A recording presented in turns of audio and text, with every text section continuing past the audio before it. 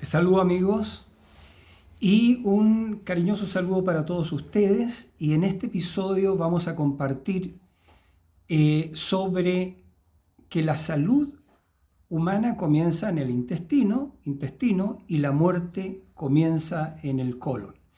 Ahora, por supuesto, esta frase de que la muerte comienza en el colon es una frase, digamos, es una frase que dijo el famoso literato, dramaturgo, novelista y soldado español, don Miguel de Cervantes y Saavedra. Ya él, en su conocida obra El Quijote de la Mancha, él escribió: come poco y cena menos, que la salud de todo el cuerpo se fragua en la oficina del intestino. Vamos a ver por qué esto. Si aplicamos esta célebre frase de Cervantes, nos vamos a dar cuenta que en la boca, ¿cierto?, comienza la transformación de los alimentos. Empezamos a masticar, ¿cierto?, nuestras muelas. Con los dientes nosotros cortamos, con los incisivos desgarramos y con nuestras muelas vamos moliendo.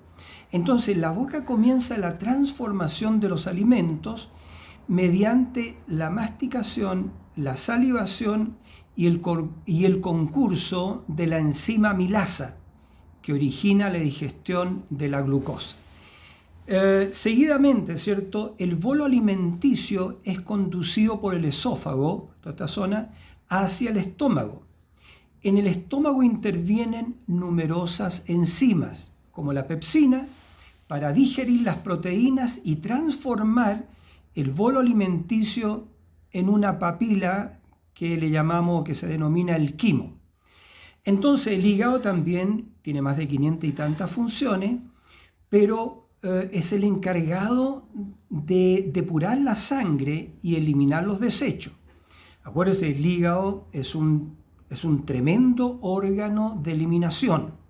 Bueno, tal como así, que lo vamos a ver seguramente más adelante, los pulmones, digamos, el hígado, los riñones y la piel son los órganos de eliminación o los órganos emuntoriales. Entonces, la vesícula biliar, ¿cierto?, su función envía bilis al duodeno por el colédoco para degradar las grasas. La función del páncreas tiene un rol clave en la digestión de las proteínas, las grasas y los glúcidos a través de las enzimas proteasa, lipasa y amilasa. También produce bicarbonato de sodio para neutralizar la acidez gástrica. El intestino delgado, que son como 7 metros de intestino delgado, a través de sus vellosidades, que según algunos estudiosos abarcan como 350 metros cuadrados, ¿ya? 350 metros cuadrados si nosotros ponemos de manera lineal, si pudiéramos poner de manera lineal el intestino, ¿verdad? Entonces, y absorbe el 90 al 100% de los nutrientes del quimo, que progresa a través de 12 contracciones por minuto hacia el colon. El colon descompone los alimentos no digeridos a través de los trillones de bacterias colónicas que lo pueblan, y la enzima celulasa digiere las fibras y residuos.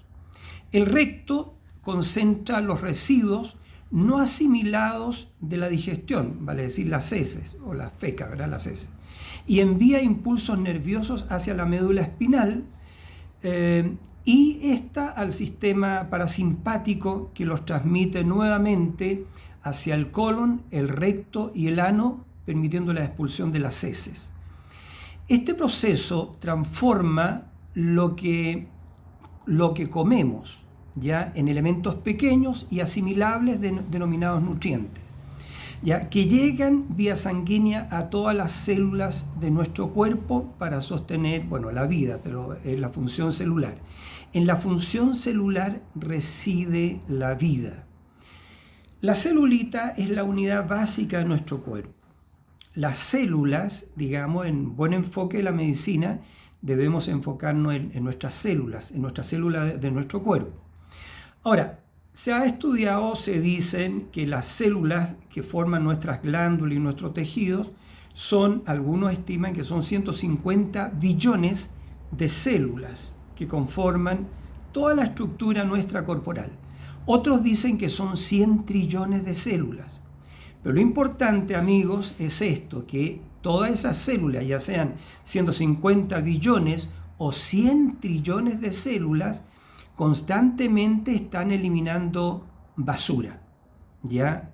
Eliminan basura. Así como nosotros, nuestro cuerpo, necesitamos eliminar los residuos alimentarios que no son aprovechados por los 7 metros de intestino delgado, ¿cierto? Eso pasa al colon para ser desechado y se forman las heces en lo que es la última parte del colon, que es el conducto del sigmoide, el colon sigmoide.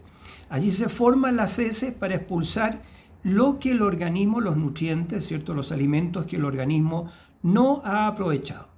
Entonces, ahora, quiero hablar por un momento, siguiendo este hilo, sobre esta famosa expresión que tu alimento sea tu medicina y viceversa, y que tu medicina sea tu alimento. Entonces, y la pregunta es, ¿por qué es tan importante lo que comemos?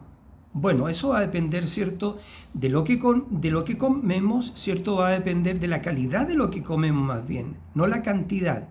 La calidad de los alimentos que incorporamos a nuestro cuerpo va a depender de la vida celular, la vida de nuestras células. Entonces, los macronutrientes, ¿cierto?, son los hidratos de carbono, son las proteínas y son los lípidos. Entonces, la vida de nuestras células va a depender de la calidad de los macronutrientes que nosotros incorporemos a nuestras células. Va a depender de la calidad del agua que estemos incorporando día a día. Y también va a depender del aire que nosotros respiramos, porque el aire es el primer nutriente. Entonces, repito, la vida celular va a depender del aire que respiramos, de la calidad del aire, ¿ya? Entonces, también va a depender de la calidad del agua y va a depender también de la calidad de los macronutrientes, llámense esto hidrato de carbono, ¿cierto? Proteínas y lípidos. Entonces, ya Hipócrates, el sabio médico de Cos, ¿cierto? Hipócrates, ya su vida transcurrió entre el año 460 a.C. al 370 a.C. Entonces Hipócrates es considerado el padre de la medicina, y hace 2000 y tantos años, ¿cierto? 2400 años quizá, él expresó este famoso aforismo: que tu alimento sea tu medicina y tu medicina sea tu alimento. Vale decir, si ampliamos la frase hipocrática, este aforismo hipocrático, ya no nos vamos a medicar o a suplementar con productos químicos de síntesis, porque estaríamos rompiendo el aforismo hipocrático. Él está postulando que tu alimento sea tu medicina y tu medicina sea tu alimento. Vale decir, de lo que comemos vamos a sacar principios activos, ¿cierto?, para desinflamar, ¿cierto?, nuestro cuerpo, las partes que están inflamaditas, ¿cierto?, pero también para reconstruir células, etcétera, para activar la función de glándulas, de órganos, etcétera, etcétera. Entonces, no vamos a usar productos químicos, sino que vamos a usar los propios productos que están en la naturaleza: vitaminas, minerales, cofactores botánicos, enzimas, y todo eso lo vamos a sacar de lo que comemos, ya lo vamos a incorporar, a través de lo que comemos. Entonces, este famoso médico, sabía la influencia decisiva de la alimentación en nuestra salud. Ya, porque después de 20 siglos después vino Ludwig, no sé si lo voy a pronunciar bien, Feuerbach, filósofo y antropólogo alemán, lo corroboró cuando él dijo: somos lo que comemos. Por supuesto que sí, somos lo que comemos. Por esta razón, nuestra alimentación debería basarse mayoritariamente en frutas y verduras frescas idealmente orgánicas, sin aditivos químicos peligrosos, ¿cierto?, industriales. Ahora, la comida, la alimentación moderna, la comida industrializada, la comida procesada, está llena de aditivos químicos, de emulsificadores, emulsionantes, espesantes, preservantes, que todos son, queridos amigos, dañinos para la salud. Entonces, por eso digo, nuestra alimentación, si queremos conservarnos sanos, debería ser basarse exclusivamente en frutas y verduras frescas, idealmente de cultivos orgánicos. Eso es. Entonces, ahora vamos a entrar en un tema médico importante, y es qué altera lo que comemos, ¿ya? Fuera de lo que acabo de explicar, ¿cierto?, de que si nosotros incorporamos alimentos procesados, alimentos industrializados, alimentos con aditivos químicos peligrosos, ¿ya? Y usamos edulcorantes artificiales también con productos químicos peligrosos como el aspartamo, ¿ya? Que es cancerígeno, por cierto que vamos a lesionar nuestra salud fatalmente, yo diría, ¿ya? Y nuestras células que esperan recibir, digamos, productos idealmente orgánicos de la mejor calidad, van a estar recibiendo todos estos alimentos que han sido intervenidos, modificados genéticamente, y eso va a producir el desconcierto y de la función celular y de la nutrición celular y de la energía, porque la energía depende de la salud de las células. No se olviden que las células son las que ellas a través de, digamos, de las mitocondrias, de la actividad mitocondrial, genera la energía o el ATP para que la célula pueda funcionar. Y la sumatoria de toda esta función mitocondrial celular es lo energético que vamos a estar todos nosotros, ¿ya? Entonces, bueno, ¿qué es lo que altera lo que comemos? Digamos, si es que incorporáramos buenos nutrientes, la fiebre gastrointestinal. Ahora, la fiebre gastrointestinal es un fenómeno, ya que se lo debemos a Manuel Lesaeta Charán. Manuel Lesaeta Charán, él fue también, yo diría, un filósofo chileno, fue escritor, ¿ya? Él fue abogado, pero también estudió medicina en la Universidad de Chile. No voy a hacer hincapié en eso porque en otros vídeos ya hemos estado hablando de eso. Pero él se excepcionó siendo estudiante de medicina tradicional en la Universidad de Chile. Él contrajo una ETS, una enfermedad de transmisión sexual, la verdad que 2, y que en su tiempo no pudieron, digamos, la ciencia médica no tenían cura para eso, ¿ya? Así que entregaron a Manuel Lesaeta a su suerte, y Manuel Lesaeta, siendo un joven estudiante de medicina, él encontró su sanidad a través de lo que es la medicina naturista, que lo curó, hasta donde yo entiendo, completamente, y regresó después de un año a Santiago, ¿cierto?, porque ya se había ido al sur, y no se reincorpora a la carrera de medicina en la Universidad de Chile, sino que estudia leyes, se recibe de abogado, y después de recibirse de abogado, ¿cierto?, él empieza a estudiar la medicina naturista, y estudió a Kuhne, estudió a Sebastián Neip, y estudió a los grandes médicos naturistas de la historia, que quizá, no sé si ahora o más adelante vamos a hacer referencia. Entonces Kuhne, si tú eres alemán, hermano, después me enseñas un poco cómo se pronuncia. Él vivió en el año 1837 al 1900. Fue un fisiólogo alemán que trabajó sobre el proceso químico de la digestión y quien afirmó: no existe enfermo sin fiebre interna. Y Kuhne ciertamente que se refería a todo lo que es la fiebre gastrointestinal. Ahora, ya nosotros entendemos, amigos, qué es lo que es la fiebre gastrointestinal. Lo voy a explicar un poquito. Las mucosas de nuestro intestino tienen que tener una temperatura de 37 grados. 37 grados. La temperatura de la piel también debiera ser 37 grados. ¿Por qué? Porque la sangre es la que lleva la temperatura a todas partes de nuestro organismo, a todos los tejidos, mucosas internas, pero también en la piel. Ahora, el desequilibrio, valga la redundancia, de este equilibrio térmico, el desequilibrio del equilibrio térmico de 37 grados las temperaturas de las mucosas gástricas, mucosas intestinales, 37 grados también en la parte fuera del cuerpo, en la parte exterior, en la piel, ¿ya? Se rompe, se produce este desequilibrio por un fenómeno que describió Manuel Lesaeta Charán, por un fenómeno de tipo nervioso y circulatorio provocado justamente por una alimentación antifisiológica, es decir, por alimentos no fisiológicos, sino más bien alimentos antifisiológicos que van a provocar una sobrecarga, ¿ya? Y van a afiebrar esta mucosa gástrica por el fenómeno nervioso y circulatorio.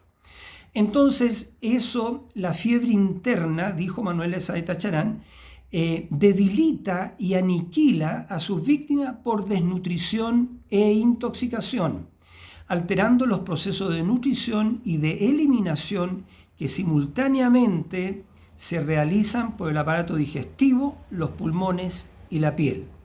Por los pulmones sale todo, usted sabe, los desechos celulares como dióxido de carbono y, bueno, también a través de los riñones como ácido úrico, el hígado detoxifica, ¿cierto? Y también biotransforma sustancias que son eliminadas vía bilis, vía intestino, a través de las heces. Entonces, ese sería, digamos, el origen que va a dar, o la etiología de muchísimas enfermedades, o lo que va a dar origen a la enfermedad. Voy a procurar explicarlo.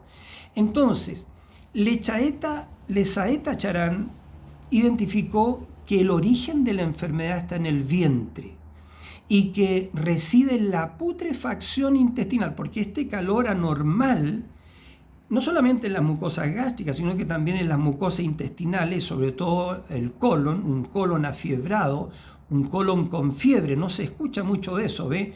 Un colon afiebrado con una temperatura mayor a 37 grados, ¿cierto? También toda esa materia pútrida va a fermentar. Es por eso que se producen los gases intestinales.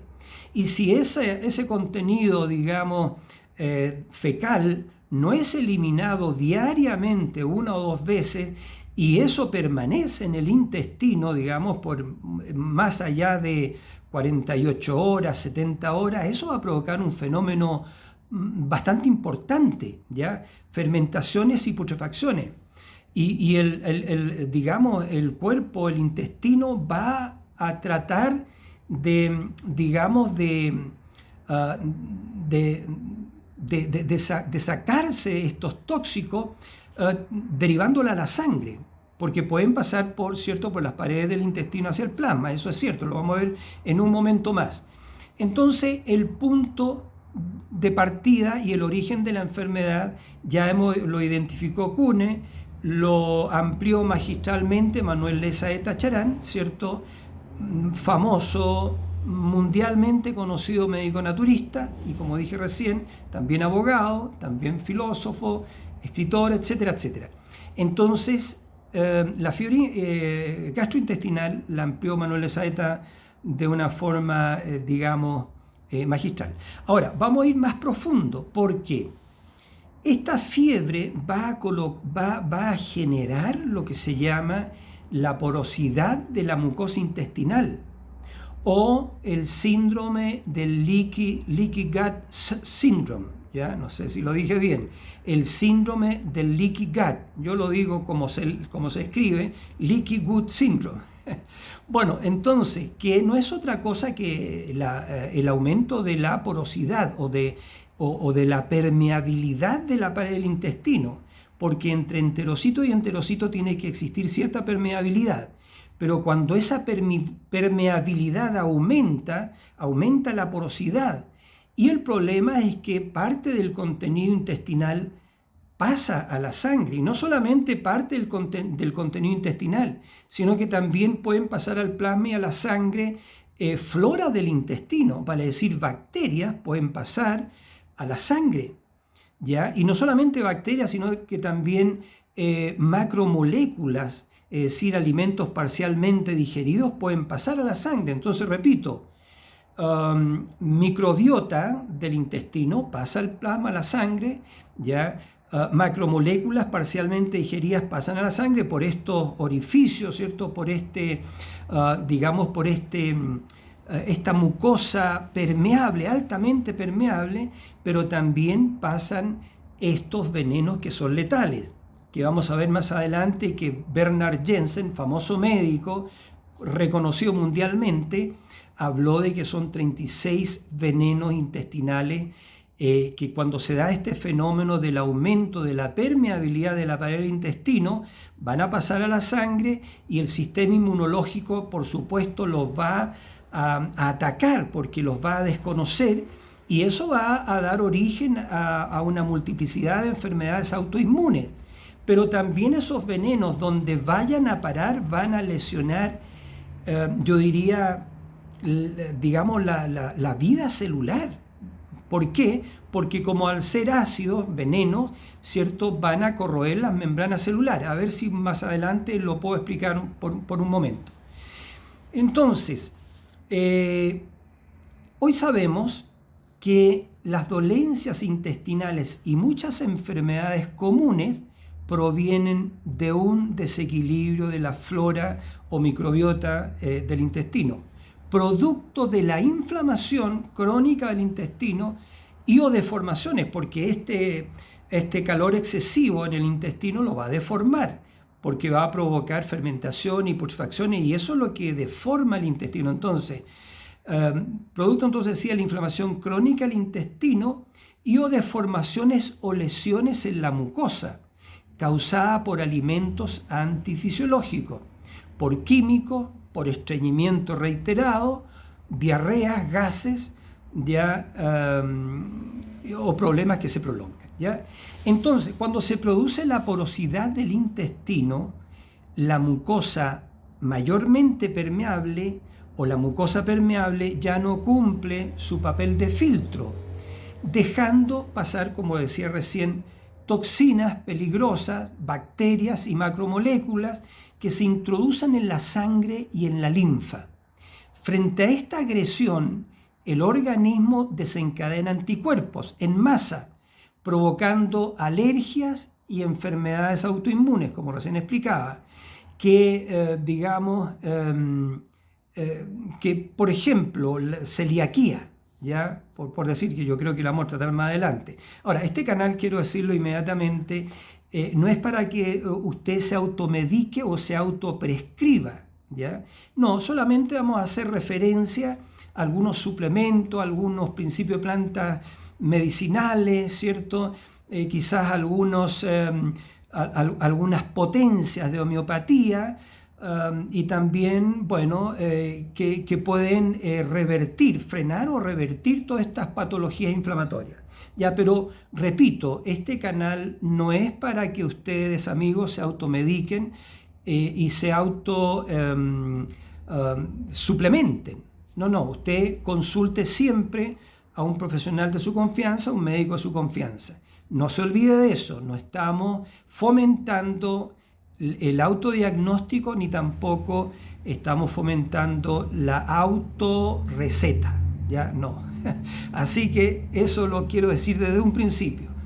Entonces, la verdad que toda esta invasión del plasma y de la sangre y de la linfa va a provocar un montón de patología, como la que recién acabo de mencionar, como celiaquía, como artritis reumatoide, ya, como polimialgia reumática, lupus eritematoso, ya, el Sjögren, ya, y esclerosis múltiple, bueno, espondilitis, vasculitis, arteritis, etcétera, las diferentes citis, porque todas las citis son inflamaciones. Y las inflamaciones son causadas por desechos celulares no eliminados del cuerpo y por estos venenos que provienen ¿de dónde? Del intestino. Es por esta razón que Hipócrates ya decía y Cervantes también posteriormente, ¿cierto? Y todos aquellos estudiosos de la salud natural, que la muerte proviene del colon, de estas sustancias tóxicas y letales de un colon, ¿ya? Entonces, eso va a provocar lo que es la intoxicación de la sangre. Y acuérdense que en la sangre está la vida. Sangre pura y limpia significa células vivas, células sanas, células pletóricas de energía. Sangre sucia, por el contrario, significa células tóxicas, una nutrición tóxica, ¿ya? Acuérdense que la sangre es la que lleva los nutrientes y lleva el oxígeno. Por eso, si se nos ensucia la sangre a través de un intestino permeable o del síndrome del leaky gut, y nuestra sangre está recibiendo constantemente esta invasión de venenos procedentes del intestino, entonces la salud, la vida de nuestras células se va a ver menoscabada y van a claudicar en sus distintas funciones. Entonces, la intoxicación sanguínea. Ya hemos identificado que la enfermedad proviene de un intestino afiebrado, ¿cierto? De mucosas afiebradas. Eso estoy resumiendo, va a provocar fermentaciones, putrefacciones, etc. Va a aumentar la porosidad, ¿cierto?, de las mucosas internas, esa fiebre interna, ya, ese calor anormal malsano, y se va a producir el síndrome, digamos, del intestino permeable y la invasión de tóxicos del intestino al plasma y a la sangre y a la linfa. Ahí vamos. Entonces, paralelamente tiene lugar la intoxicación sanguínea, pues el hígado, acuérdense que el hígado es un órgano detoxificador también, siendo sobrepasado en su función detoxificadora, deja pasar un gran número de desechos metabólicos a la sangre, la cual alimentará a órganos y tejidos con toxinas, con tóxicos, ¿cierto? Entonces, en lugar de nutrientes, de los nutrientes que estamos hablando, que idealmente orgánicos, sin pesticidas, sin aditivos, sin químicos peligrosos industriales, ya tal como los aporta la naturaleza.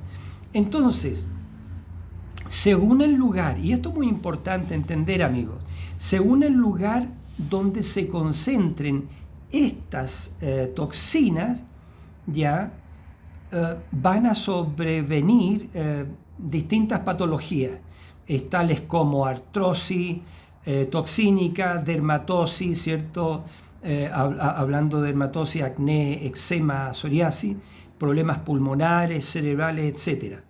Ya, disculpen, si estas toxinas se van al cerebro, por supuesto que van a producir Parkinson, Alzheimer, etc. Si estas toxinas se precipitan en los tejidos pulmonares, van a producir las distintas patologías del sistema respiratorio. Si estas toxinas se van al páncreas, van a causar la disfunción de las células alfa, las beta y las delta, es decir, la función de las células alfa del páncreas se van a ver menoscabada por estos tóxicos en sus entornos y no van a sintetizar de manera adecuada el glucagón. Asimismo, si estos tóxicos, digamos, son sedimentados en los espacios extracelulares de las células beta del páncreas, entonces las células beta se van a ver impedidas ya de la síntesis de la insulina. Y así, si estos tóxicos procedentes de un colon sucio y tóxico ya van a parar al entorno celular de las células delta del páncreas, estoy dando un ejemplo, entonces no esas células, las delta del páncreas, que su función es sintetizar las enzimas pancreáticas o los jugos pancreáticos, no van a poder llevar a cabo su función y vamos a tener problemas de digestión, ¿cierto? De los nutrientes. ¿Por qué? Porque esas enzimas pancreáticas son catalizadores y los catalizadores, ¿cierto? Las enzimas enlentecen o apuran procesos químicos. Bien, entonces, eso es. Entonces, en el llamado síndrome del intestino permeable o agujereado, encontramos la génesis de casi todo proceso patológico del que derivan las diferentes enfermedades. Entonces, por eso hablamos de que la muerte comienza en el colon. La muerte comienza en el colon. Entonces, en el ámbito de los desórdenes intestinales se encuentra el origen de más del 80% de las enfermedades más comunes y la mayoría de las enfermedades infecciosas, ¿ya? Problemas psicológicos, cuadros depresivos, esquizofrenia, etc., tienen una causa común de origen bacteriano, producto de desórdenes del intestino. Entonces, por eso termino diciendo, la muerte comienza en el colon. Después, en otros vídeos, vamos a hablar de intestinos sucios, vamos a hablar de la toxemia alimentaria, vamos a hablar de cómo limpiar el colon, cómo tener un colon limpio. También vamos a hablar de cómo fortalecer los órganos de eliminación, vale decir pulmones, hígado, riñones y piel, ¿ya? Y vamos a hacer mucho hincapié, sí, de un colon limpio. Eso es, queridos amigos, vamos a dejar este vídeo hasta aquí y un abrazo a cada uno de ustedes y hasta la próxima.